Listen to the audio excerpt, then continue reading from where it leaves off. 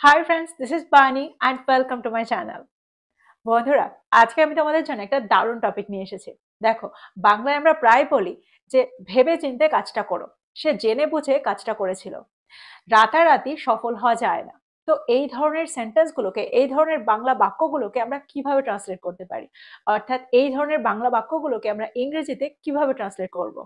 আমরা প্রায় বলে থাকি সারাদিন ধরে থেমে থেমে বৃষ্টি হচ্ছে। তো থেমে থেমে বা মাঝে মাঝে বৃষ্টি হচ্ছে এরকম সেন্টেন্স আমরা ইংরেজিতে কিভাবে বলবো? তো এই ধরনের সেন্টেন্স নিয়ে আজকে আমি এসেছি। দেখো, এই ধরনের বাংলা বাক্যগুলোকে ইংরেজিতে ট্রান্সলেট করার জন্য আমরা কিছু ওয়ার্ডের ব্যবহার করতে পারি। আজকে আমরা সেই ওয়ার্ডগুলো শিখব। আজকের পরে এই ধরনের বাংলা বাক্যগুলোকে ইংরেজিতে ট্রান্সলেট করতে তোমাদের আর কোনো অসুবিধা হবে না। তো তোমরা বুঝতে পারছো আজকের ভিডিওটা কতটা ইম্পর্টেন্ট। তোমরা কোথাও যাবে না, আমার সাথে ভিডিওটা একদম শেষ পর্যন্ত থাকবে। যারা চ্যানেলে নতুন অর্থাৎ প্রথম আমার ভিডিও দেখছো তারা প্লিজ চ্যানেলটাকে সাবস্ক্রাইব করে নিও। তাহলে যখনই আমি ভিডিও আপলোড করবো তোমরা নোটিফিকেশন পেয়ে যাবে। তো আর দেরি না করে চলো শুরু করা যাক আজকের ভিডিও। সবার আগে আমরা যে ওয়ার্ডটা দেখবো সেটা হলো থেমে থেমে বা কিছুক্ষণ পর পর। দেখো, বাংলায় আমরা প্রায় বলে থাকি বৃষ্টিটা কিছুক্ষণ পর পর হচ্ছে বা থেমে থেমে বারবার হচ্ছে। কম্পিউটারটা কিছুক্ষণ পর পরই বন্ধ হয়ে যাচ্ছে। তো এরকম অর্থে আমরা কোন ওয়ার্ডের ব্যবহার করতে পারি? দেখো, থেমে থেমে বা কিছুক্ষণ পর পর বোঝাতে আমরা ইন্টারমিটেন্টলি এই ওয়ার্ডটার ব্যবহার করতে পারি।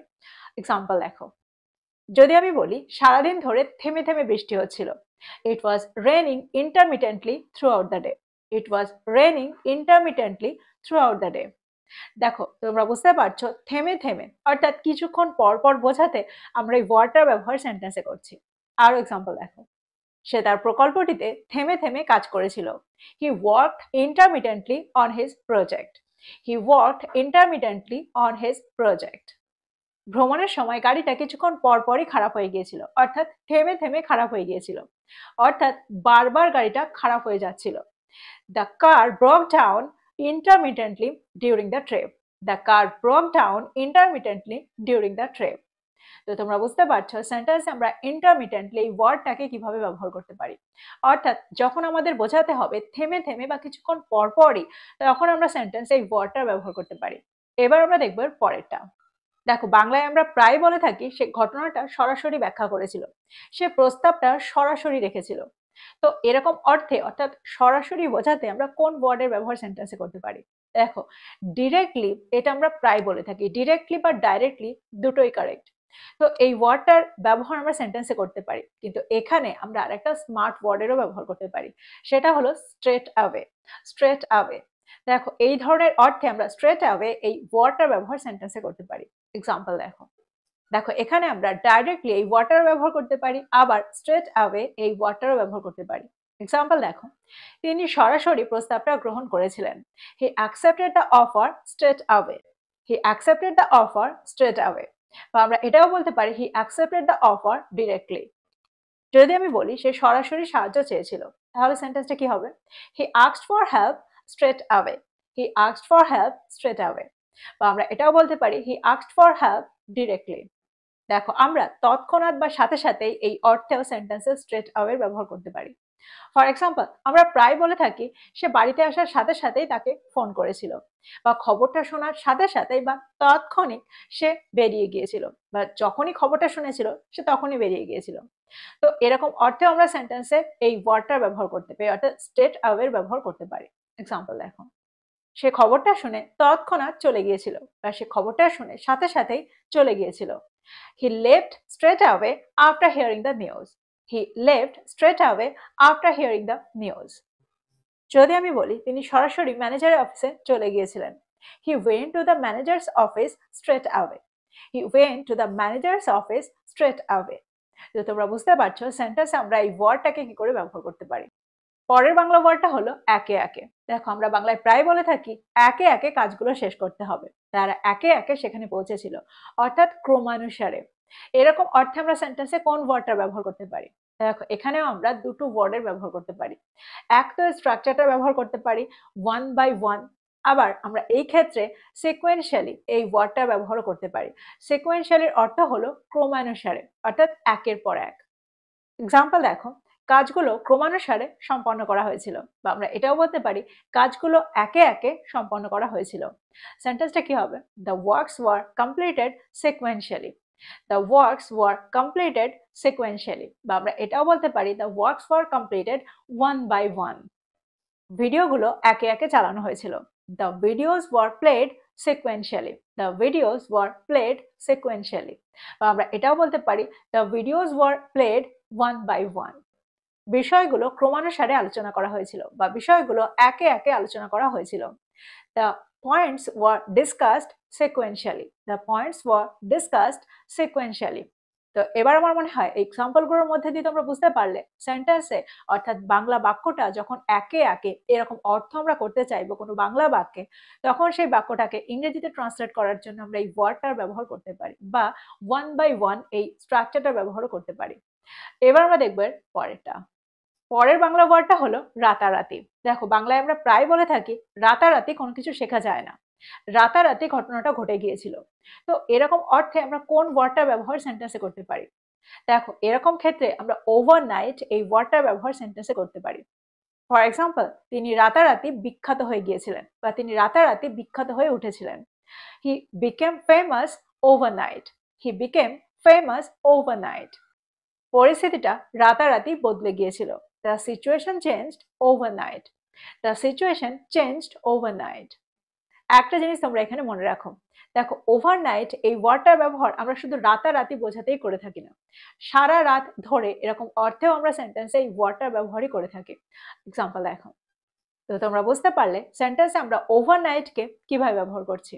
বাক্যে যখন আমাদের বোঝাতে হবে রাতারাতি বা সারা রাত ধরে, তখন আমরা সেন্টেন্সে এই ওয়ার্ডটার ব্যবহার করতে পারি। এবার আমরা দেখব পরেরটা। এবার আমরা দেখব পরের ওয়ার্ডটা। দেখো বাংলায় আমরা প্রায় বলে থাকি সে কাজটা জেনে বুঝে করেছিল, বা সে কাজটা জেনে শুনে করেছিল। তো জেনে শুনে এরকম অর্থে আমরা কোন ওয়ার্ডের ব্যবহার করতে পারি? দেখো এখানে আমরা ব্যবহার করতে পারি নোয়িংলি। ফর এক্সাম্পল, সে জেনে বুঝে ভুলটা করেছিল, অর্থাৎ সে জেনে শুনে ভুলটা করেছিল। She made the mistake knowingly, she made the mistake knowingly. যদি আমি বলি তারা জেনে শুনে সতর্কবার্তাটা উপেক্ষা করেছিল, তাহলে সেন্টেন্সটা কি হবে?